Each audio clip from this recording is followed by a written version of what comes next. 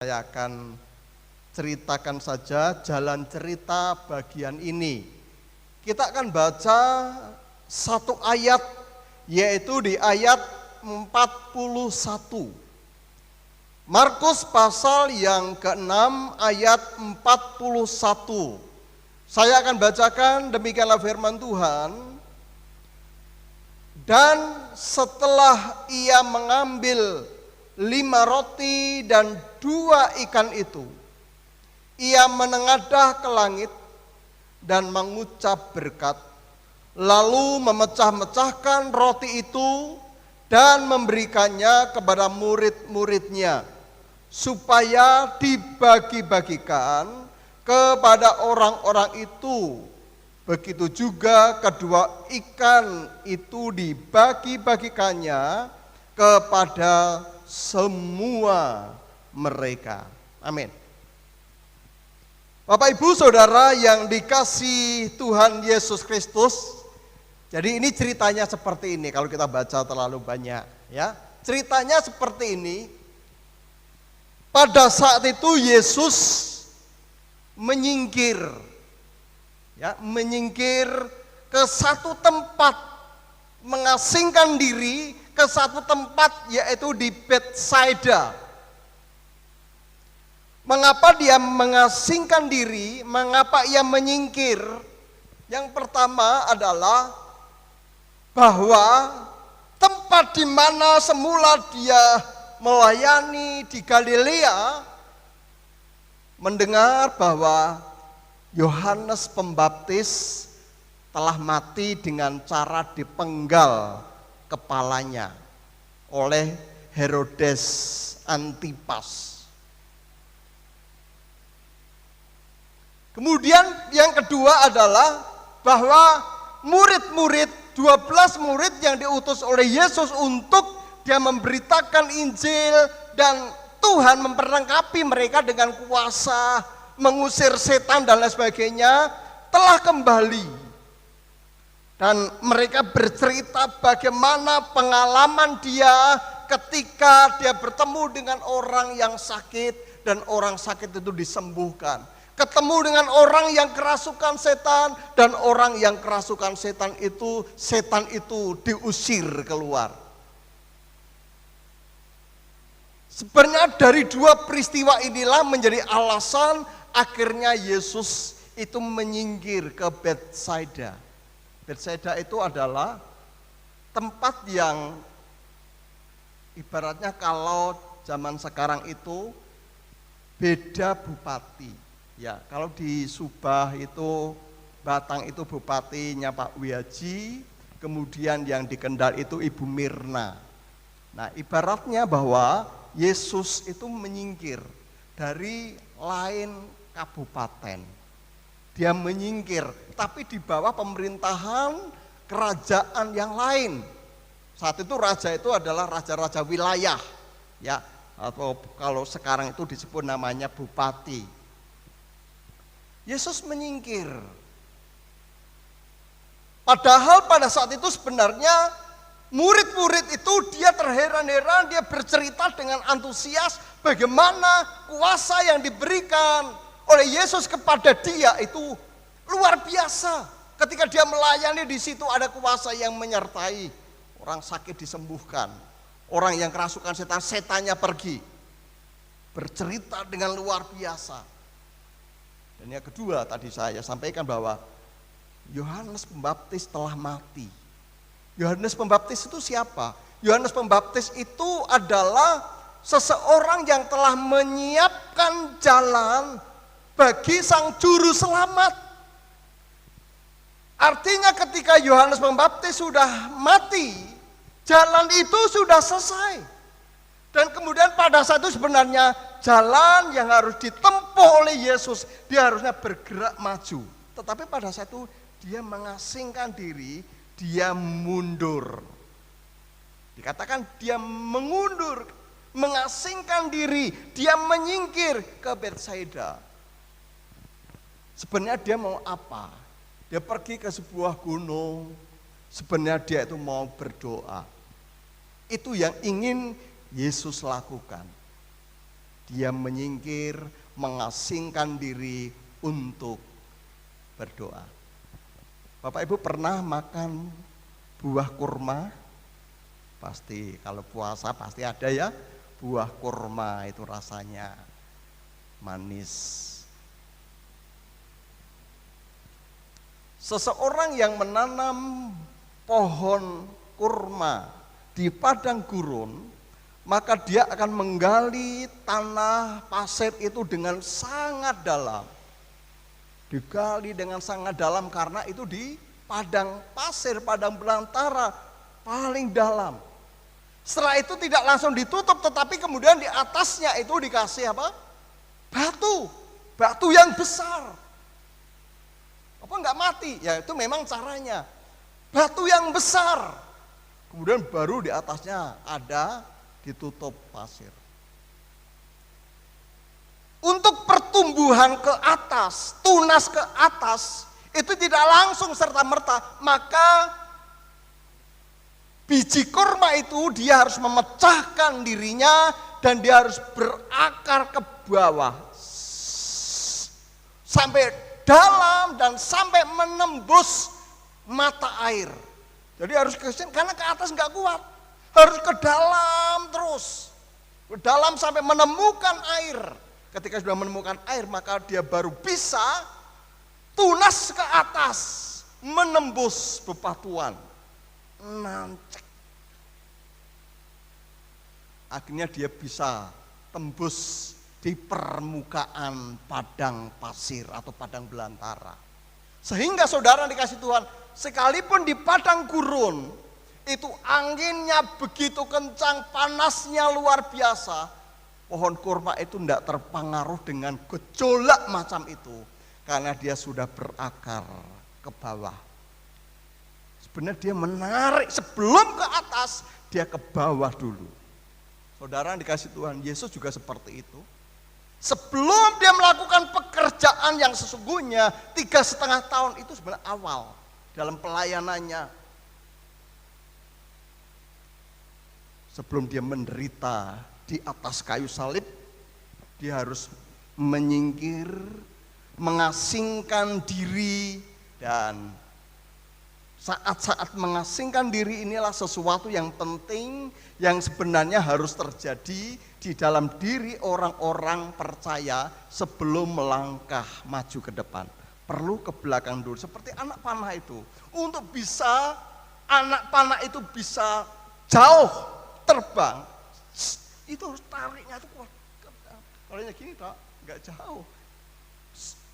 Baru bisa. Semakin kita bisa menarik diri dari sebuah keramaian, kehidupan, kesibukan kita, sebenarnya disitulah masa-masa Tuhan sedang membentuk hidup kita. Masa-masa sekarang ini, pandemi saat ini sebenarnya masa-masa Tuhan itu izinkan untuk kita itu menarik diri dari sebuah kesibukan-kesibukan. Mungkin kita nggak terlalu sibuk dibanding pada saat normal dulu. Ya, nggak sesibuk pada saat normal dulu. Tuhan ajar untuk kita bisa bersekutu dengan keluarga. Kita bisa mengalami persekutuan dengan Allah. Dan melalui pandemi ini, di situ muncul banyak imam. Bukan hanya dalam gereja satu imam, tapi dalam keluarga muncul imam-imam yang memimpin misbah keluarga. Harusnya seperti itu. Ya, harusnya seperti itu. Itu masa menarik diri. Karena kita nggak tahu apa yang terjadi di ke depan. 2-3 tahun, sampai kapan pandemi ini akan berakhir, siapa yang tahu? Kita nggak tahu semuanya kan. Bisa jadi Tuhan sedang menarik anak panah, dan anak panah itu diri kita. Untuk Tuhan nanti melesatkan kita ke depan yang lebih jauh lagi. Karena kita nggak tahu apa yang terjadi dengan 2-3 tahun ke depan. 1 tahun ke depan kita nggak tahu. Tapi Tuhan ajarkan, ayo aku menarik kamu. Belajar seperti aku, mengasingkan diri. Berdoa, bersekutu. Itu sesuatu yang penting. Sebab kalau kita di tengah-tengah situasi seperti ini kita tidak menarik diri, tidak semakin bersekutu dengan Tuhan, kita untuk melangkah ke depan itu terasa sulit. Yesus sudah ajarkan itu. Ya, Yesus sudah berikan contoh itu. Di tengah-tengah apa yang akan dia alami, dia menarik diri dulu, mengasingkan diri, menyingkir dari sebuah keramaian untuk dia mempersiapkan sebuah tugas pelayanan yang sangat berat, yaitu dia saat itu akan mati di salib. Makanya dia menarik dulu.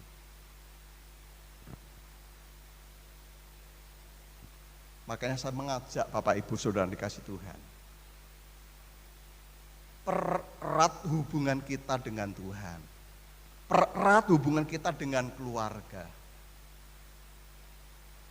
Inilah masanya, inilah waktunya untuk Anda bertemu, berkumpul, bercengkrama dengan anakmu. Ya, Anda merasakan keindahan. Saya lihat status dari teman saya, ini seorang hamba Tuhan. Dia ceritakan, dia itu sedang menggendong anaknya. Anaknya sudah besar sih, dia menggendong. Dia bilang begini, pelayanan, ya tetap pelayanan gak akan pernah habis. Pekerjaan yang dilakukan tiap hari juga tidak akan pernah habis. Tetapi aku bercengkrama dengan anakku, aku gak mau kehilangan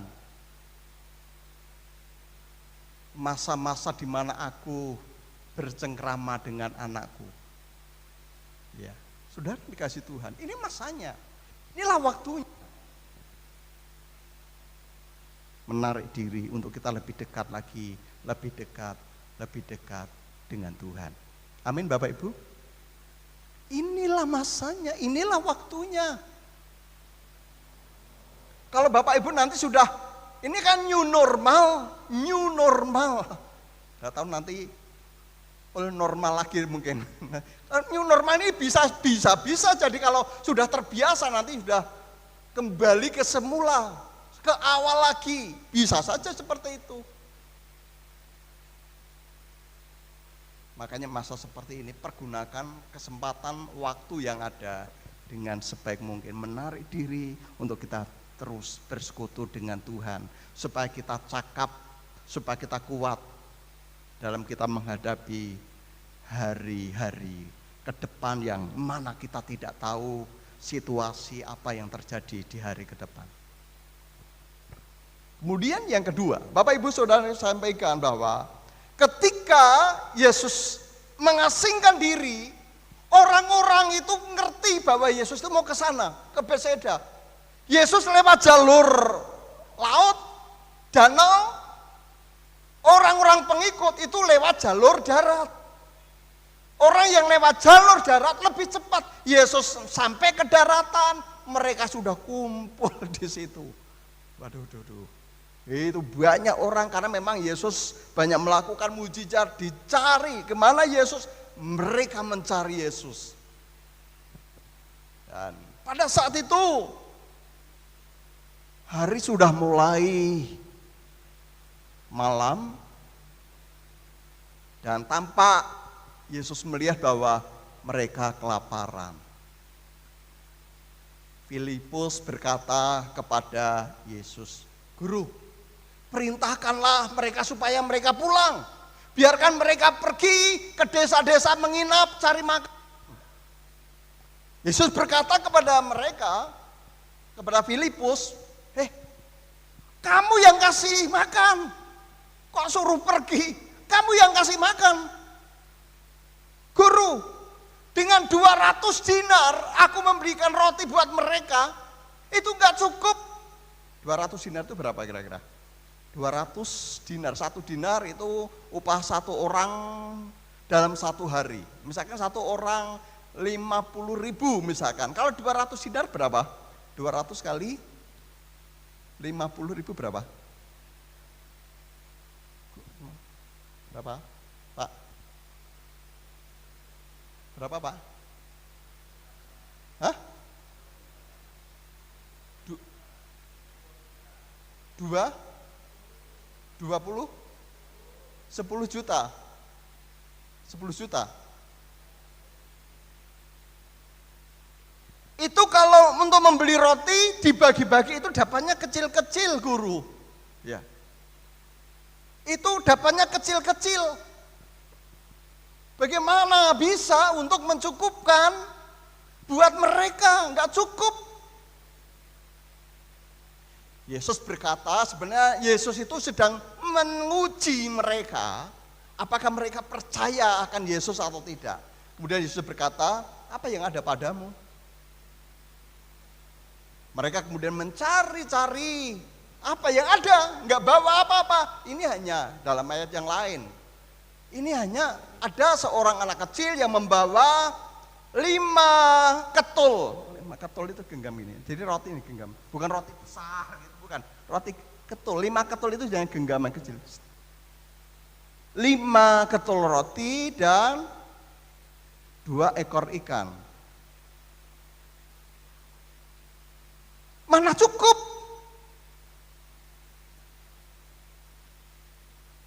Dan Yesus berkata, mana?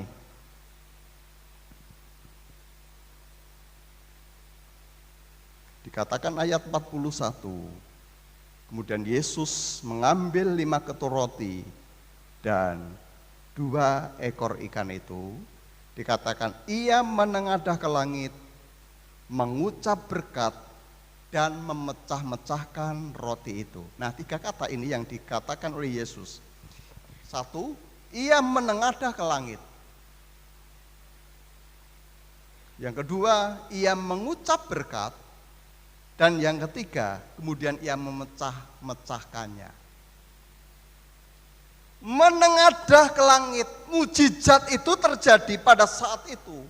Ketika Yesus, dia menengadah ke langit. Kira-kira pengharapan dia kepada siapa? Kepada siapa? Hanya dengan 5 ketul roti dan 2 ikan. Pengharapannya kepada siapa? Hanya kepada Allah Bapaknya. Bapaknya itu menjadi pengharapan. Dia menengadah ke langit.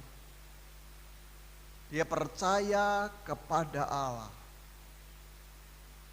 Bahwa mungkin secara manusia itu tidak mungkin. Tetapi bagi Bapaknya itu sangat mungkin. Hanya 5 ketul roti dan 2 ekor ikan. Dan yang dihadapannya itu 5.000 orang lebih. 5.000 orang lebih. 5.000 itu yang laki-laki, belum yang anak-anak dan belum juga yang perempuan.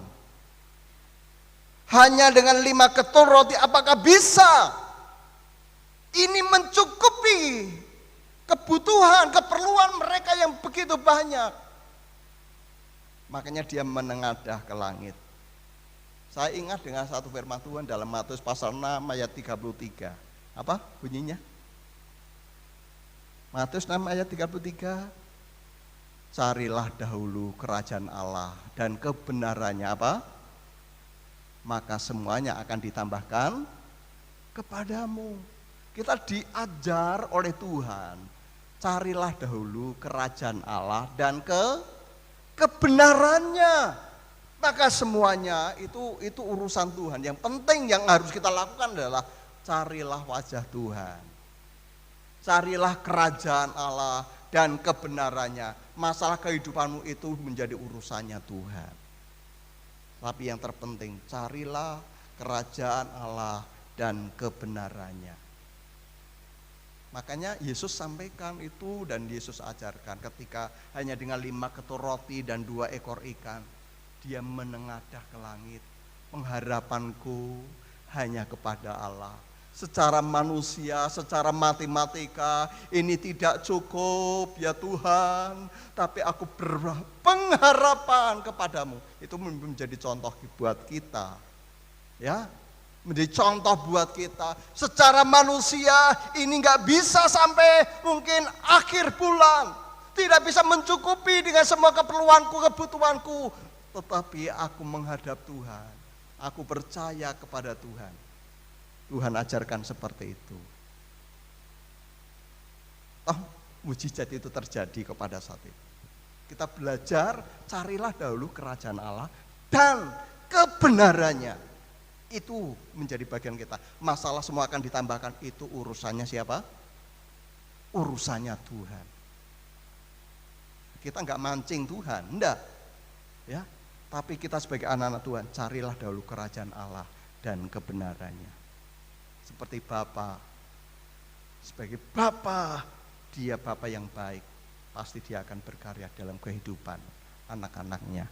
Yesus menengadah ke langit. Yang kedua, dia mengucap berkat. Mengucap berkat itu apa? Di dalam Mazmur pasal 104 itu ucapan berkat dari sang tuan rumah di dalam sejarah bangsa Israel pada saat itu. Ucapan berkat di dalam Mazmur pasal yang ke-104 ayat 13 sampai yang ke-14. Ini ucapan berkat. Ya. Apa yang dikatakan dari firman Tuhan ini ayat yang ke-13 dan 14. Engkau yang memberi minum gunung-gunung dari kamar-kamar lotengmu. Bumi kenyang dari buah pekerjaanmu. Engkau yang menumbuhkan rumput bagi hewan dan tumbuh-tumbuhan untuk diusahakan manusia yang mengeluarkan makanan dari dalam tanah. Kita enggak habis pikir bagaimana ketika saya tanam jeruk lemon di belakang kok bisa tumbuh.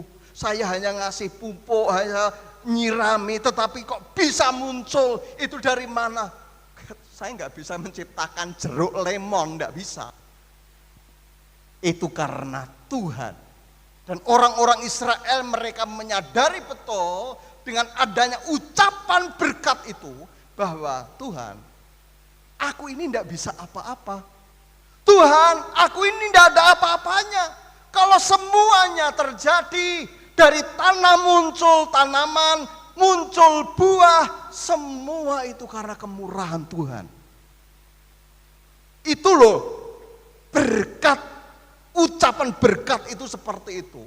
Bahwa kita menyadari aku itu tidak bisa apa-apa. Firman Tuhan, pemazmur berkata, berkat Tuhanlah yang menjadikan kita apa? Kaya, susah payah tidak menambahinya. Sebenarnya itu awalnya dari situ.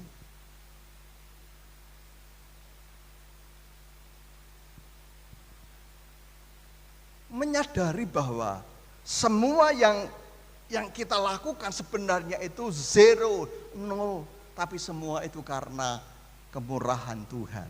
Semua karena kebaikan Tuhan. Ketika Yesus mengucap berkat, satu, dia sebenarnya mengucap syukur dengan hanya 5 roti dan 2 ikan. Dia mengucap syukur dengan yang kecil, yang sedikit itu. Yang kedua, dia percaya bahwa Tuhanlah yang sanggup menumbuhkan. Tuhanlah yang sanggup melipat gandakannya. Dan Tuhanlah yang sanggup mencukupkannya. Itu sebenarnya ucapan berkat itu seperti itu. Sehingga ketika Bapak Ibu mendapat berkat, belajarlah seperti itu. Ya, belajarlah seperti Tuhan. Terima kasih. Secara matematika mungkin Anda berkata, enggak cukup lah. Untuk perawatan ini, itu, kebutuhan ini, itu. Belajar seperti Yesus. Dia mengucap berkat Tuhan. Berkat itu datangnya dari Tuhan. Tuhan sudah atur semuanya. Seperti pohon yang bisa mengeluarkan buah. Manusia tidak bisa mengeluarkan buah. Tapi Tuhan yang bisa mengeluarkan buah. Itu karena Tuhan sendiri. Ya, itu artinya mengucap berkat itu seperti itu. Jadi jangan mengutuki diri, kayak gini itu sebenarnya enggak jadi berkat. Jadi apa? Jadi kutuk. Belajar bersyukur. Ya, belajarlah bersyukur dengan apa yang ada, yang kita dapatkan. Tuhan ajarkan. Hanya dari 5 ketur roti dan 2 ikan. Dia mengucap syukur kepada Tuhan, kepada Bapa. Itu mengucap berkat. Kira-kira Bapak Ibu sering mengucap berkat atau mengucap bersungut-sungut? Ento kok sithik tak iya apa sedino ngedepuk gitu semel. Hah? Seperti itu? Tapi saya percaya anak Tuhan tidak seperti itu, ya. Kita bersyukur, terima kasih Tuhan. Berkat itu datangnya dari siapa? Dari Tuhan. Yesus itu sudah mengajarkannya kepada kita, kita belajar untuk melakukannya. Mengucap berkat, mujizat itu terjadi, pelipat gandaan itu terjadi ketika mengucap berkat. Istri saya yang tanam, bukan saya yang tanam jeruk lemon itu. Istri saya yang tanam. Tapi dari satu pohon muncul jeruk lemon yang begitu banyak, melipat ganda. Kok bisa? Tuhan itu gak bisa dinalar dengan logika manusia. Kalau Tuhan ingin memberkati, itu enggak eman-eman, ya. Karena Dia mengasihi anak-anaknya. Kemudian yang ketiga, setelah Ia menengadah ke langit, mengucap berkat, kemudian Ia memecah-mecahkannya atau membagi-bagikannya. Ia memecah-mecahkannya, ia membagi-bagikannya. Dibagi-bagikan kepada siapa? Pertama kepada murid, karena mereka disuruh kumpul. Ayo semua orang kumpul 50. Mereka kumpulnya ada yang 50, ada yang 100 orang kumpul. Nah kemudian pelipat gandaan mujizat itu terjadi. Murid-murid menerima roti dan ikan yang sudah begitu banyak. Saya nggak tahu kapan itu terjadi, nggak ngerti waktu Tuhan bagaimana, saya nggak ngerti, memang juga tidak diceritakan. Gitu nggak terjadi seperti itu, nggak diceritakan, saya nggak ngerti juga. Tapi yang jelas itu sebuah fakta. Ya, Bapak Ibu pernah nggak merasakan, ujuk-ujuk. Loh, aku iya iso tuku ngenek yo. Aku iya iso ngene. Apa Bapak Ibu tahu itu? Ngerti? Ya ampun, ngerti kan seperti itu. Seperti itu. Kita hanya dibuat Tuhan terkagum-kagum, terheran-heran dengan pekerjaannya, memecah-mecahkannya dan membagi-bagikan kepada mereka yang saat itu mereka sedang kelaparan karena hari sudah mulai malam. Saudara yang dikasihi oleh Tuhan Yesus Kristus, ketika Dia memecah-mecahkannya, sebenarnya itu ada sebuah simbol. Orang-orang Israel itu kalau kedatangan tamu, maka tuan rumah dia akan berperan sebagai seorang tuan yang melayani tamu-tamunya. Dia akan memecah-mecahkan roti, dibagi-bagikan. Ya, bagikan kepada tamu-tamunya. Dan Yesus pada saat itu ketika Dia memecah-mecahkannya, Dia berperan sebagai aku ini tuan rumah. Kamu yang datang kepadaku, kamu adalah tamu-tamuku. Akulah yang repot dan kamu tidak usah repot-repot. Sebenarnya seperti itu. Kalau kita datang ke rumah Tuhan, yang repot itu sebenarnya siapa? Yang repot itu sebenarnya ya Tuhan. Karena Tuhan harus sediakan makanan buat anak-anaknya yang datang ke rumah Tuhan. Amin Bapak Ibu. Bapak Ibu paham seperti ini. Tuhan itu berperan sebagai tuan rumah. Ya, sebagai tuan rumah, Dia membagi-bagikan, memecah-mecahkannya.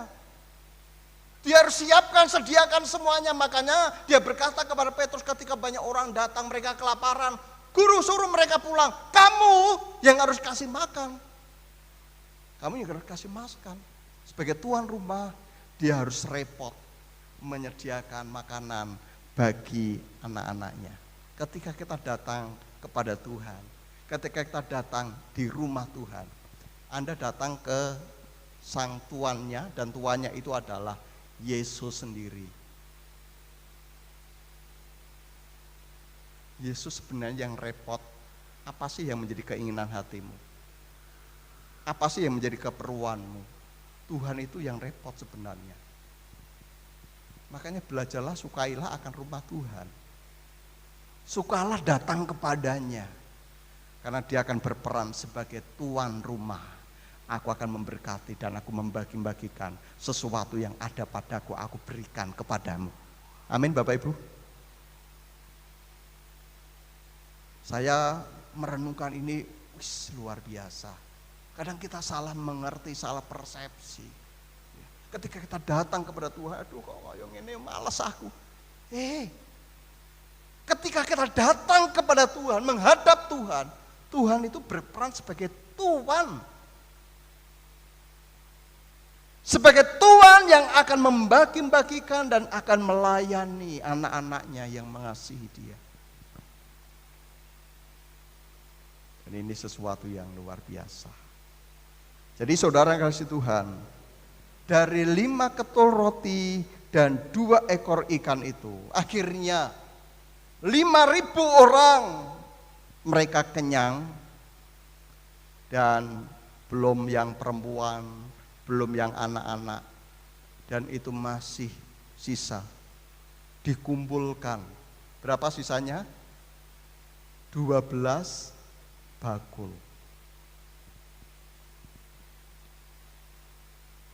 Dari hal ini bahwa ada sebagian yang harus dinikmati, ya. Ada sebagian yang harus Anda nikmati berkat dari Tuhan itu. Ada sebagian yang harus Anda nikmati, tapi ada sebagian juga yang harus Anda bagikan. Mana bagian milik Tuhan dan mana yang milikmu. Ada bagiannya masing-masing. Mana yang harus kita berikan kepada orang yang mungkin kekurangan, itu ada bagiannya. Tapi ada juga bagiannya, kalau lebih dari itu, sisa berapa? 12 bakul, kumpulkan itu. Ibaratnya kalau sekarang ya tabung. Itu sebenarnya hikmat Tuhan yang diberikan Tuhan kepada kita semua. 5 ketul roti, 2 ekor ikan, 5.000 plus. Hitung-hitungan manusia itu nggak cukup, nggak bisa lah. Logika manusia nggak bisa seperti itu. Tapi Tuhan, 2 tambah 5, 5.000 plus. Tuhan Yesus memberkati kita semuanya. Amin.